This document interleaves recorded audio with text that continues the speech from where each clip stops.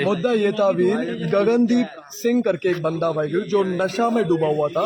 वो नशा जो कर रहा था वाहिगुरु, वो बंदे को मैं यहाँ पर उसके ट्रीटमेंट के लिए डॉक्टर ने चेक किया।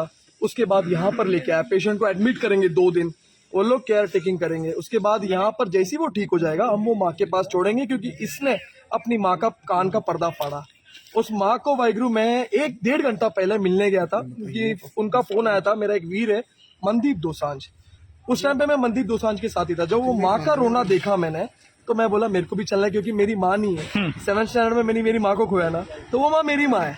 तो उस माँ का आंसू वाहिगुरु बर्दाश्त नहीं हुआ, और पंजाब की एक माँ मेरी माँ है। तो हम उसकी मदद करने के लिए यहाँ पर पहुंचे।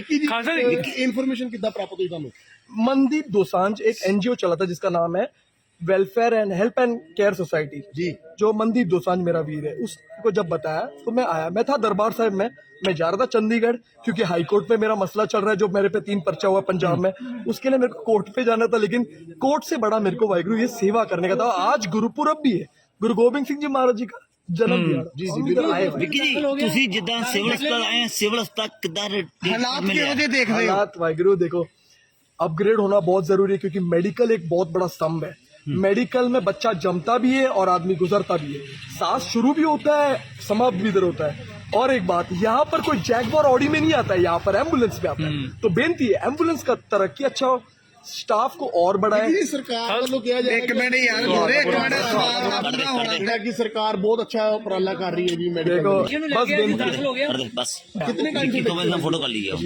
नशा वाहिगुरु कोविड में उनको थोड़ा गलत लत में लगा है वाहिगुरु, नशे के लड़ में लगा हुआ है कोविड में।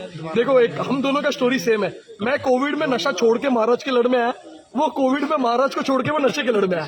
तो कोई बात नहीं, वो बदल सकता है। देखो हम कोशिश करेंगे तो क्या नहीं होता,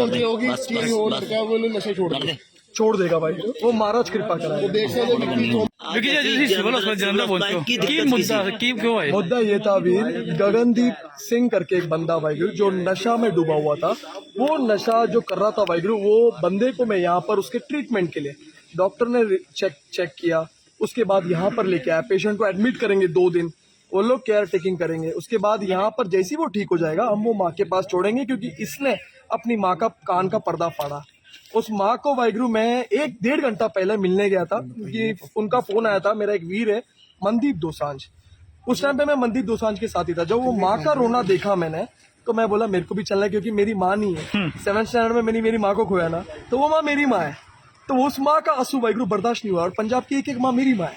तो हम उसकी मदद करने के लिए यहाँ पर पहुंचे। इन्फॉर्मेशन कितना प्राप्त हुई था? मनदीप दोसांझ एक एनजीओ चला था जिसका नाम है welfare and help and care society जी, जो मनदीप दोसांझ मेरा वीर है। उसको जब बताया तो मैं आया। मैं था दरबार साहिब में, मैं जा रहा था चंडीगढ़, क्योंकि हाई कोर्ट में मेरा मसला चल रहा है, जो मेरे पे 3 पर्चा हुआ पंजाब में।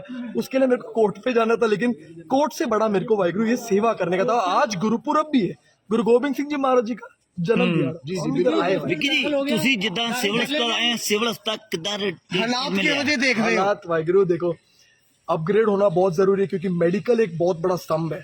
मेडिकल में बच्चा जमता भी है और आदमी गुजरता भी है। सांस शुरू भी होता है, समाप्त भी इधर होता है। और एक बात, यहाँ पर कोई जैगवार ऑडी में नहीं आता है, यहाँ पर एम्बुलेंस में आता है। तो बेनती है एम्बुलेंस का तरक्की अच्छा हो, स्टाफ को और बढ़ाए। सरकार की सरकार बहुत अच्छा उपराला कर रही है जी। देखो बस कितने फोटो कर लीजिए। नशा वाहिगुरु कोविड में उनको थोड़ा गलत लत में लगा है वाहिगुरु, नशे के लड़ में लगा हुआ है कोविड में। देखो एक हम दोनों का स्टोरी सेम है। मैं कोविड में नशा छोड़ के महाराज के लड़ में आया, वो कोविड में महाराज को छोड़ के वो नशे के लड़ में आया। तो कोई बात नहीं, वो बदल सकता है। देखो हम कोशिश करेंगे तो क्या नहीं होता, छोड़ देगा भाई, वो महाराज कृपा कराएगा।